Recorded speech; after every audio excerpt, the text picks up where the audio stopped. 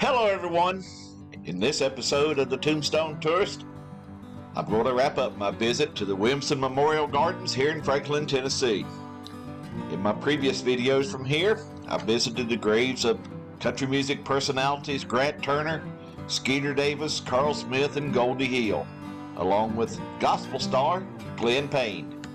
Today I'm going to complete my time here by visiting a pair of country music duos who were stars of the Grand Ole Opry. My first stop is here at the grave of husband and wife team Carl and Pearl Butler.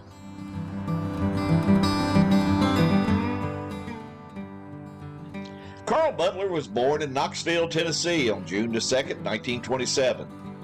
Country and old-time music was a tradition in the Butler home, and by the time he was 12, Carl was singing and performing on local radio and at local events throughout East Tennessee.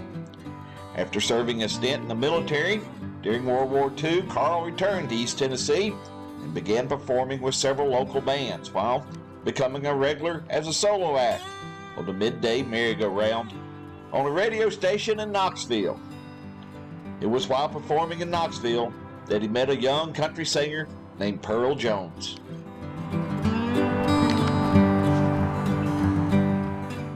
The couple began performing together and were married in 1952. Over the next few years, Carl and Pearl toured with several country music acts, including Hank Snow, Ernest Tubb, and Roy Acuff. And by 1961, the couple were stars in their own right and became members of the Grand Ole Opry. In February 1962, Carl and Pearl recorded Don't Let Me Cross Over. The single was the couple's biggest hit.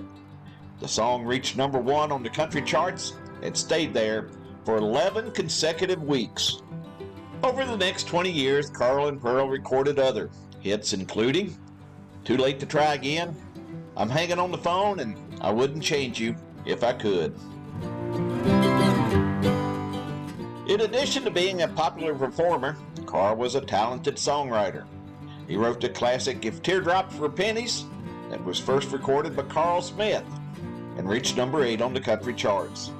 The popular song was recorded again in 1973, became a top 10 hit for Porter Wagoner and Dolly Parton. And in 1981, Carl wrote Crying My Heart Out Over You, which was recorded by Ricky Skaggs. The song would become Ricky's first number 1 hit. In the early 1980s, the couple stepped back from performing and basically retired to their farm here in Franklin, Tennessee. They would make an occasional appearance on the Opry right up until Pearl's death on March 1st, 1981. Carl continued to live here in Franklin until he suffered a heart attack and passed away on September 4th, 1992.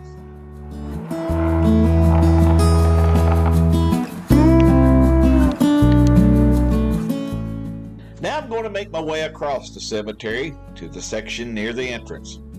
Here, I'm going to visit the final resting place of Grand Ole Opry stars Sam and Kirk McGee.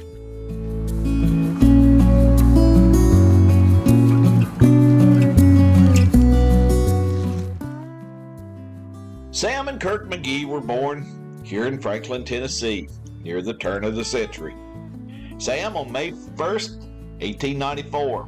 Kirk followed 5 years later on November 4th, 1899. Their father was a noted fiddle player, and the two boys learned to play the fiddle and the banjo at a very early age. In 1923, the brothers met and became friends with Uncle Dave Macon. When Uncle Dave started performing on the WSM Barn Dance in 1926, he introduced Sam and Kirk to the solemn judge, George D. Hay, who invited the brothers to perform on the Barn Dance, which later became the Grand Ole Opry.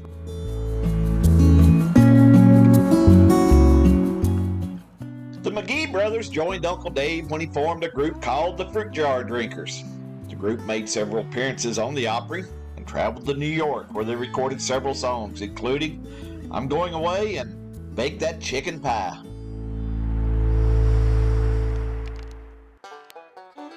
Sam and Kirk continued to perform with Uncle Dave into the 1930s. Then they began performing with other acts like Arthur Smith and the Dixie Liners. and the Delmore Brothers. For the next 30 years, Sam and Kirk McGee continued to perform on the Opry while touring with such acts as Roy Acuff, Ernest Tubb, and Bill Monroe and his Bluegrass Boys. In the 1970s, Sam and Kirk retired from the road but still found time to perform almost every week on the Grand Ole Opry. On March 15, 1974, they were one of the final acts to perform on the Opry's final show at the Ryman Auditorium. Then, the next week, as the Opry's senior members, they were one of the first acts to perform at the new Opry House.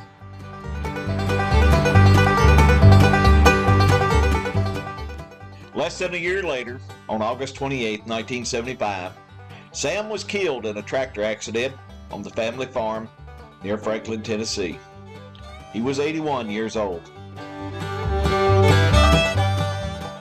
After Sam's death, Kirk continued to perform as a regular member of the Opry. His final Opry appearance was on October 22, 1983. 2 days later, on October 24th, Kirk McGee died of a heart attack at his home here in Franklin. He was 83 years old. Well, this wraps up my visit to the Williamson Memorial Gardens here in Franklin, Tennessee. If you have a favorite memory of Carl and Pearl Butler or Sam and Kirk McGee or any of the folks that we visit in these videos, be sure to leave me a comment. And if you enjoy my videos and want to keep up with all of my travels, the best way to do that is to ring that bell and subscribe. And of course, a thumbs up is always appreciated. So, until next time, remember, life is a wonderful journey. Be sure to take time and enjoy it. And I'll see you down the road. So long, everyone.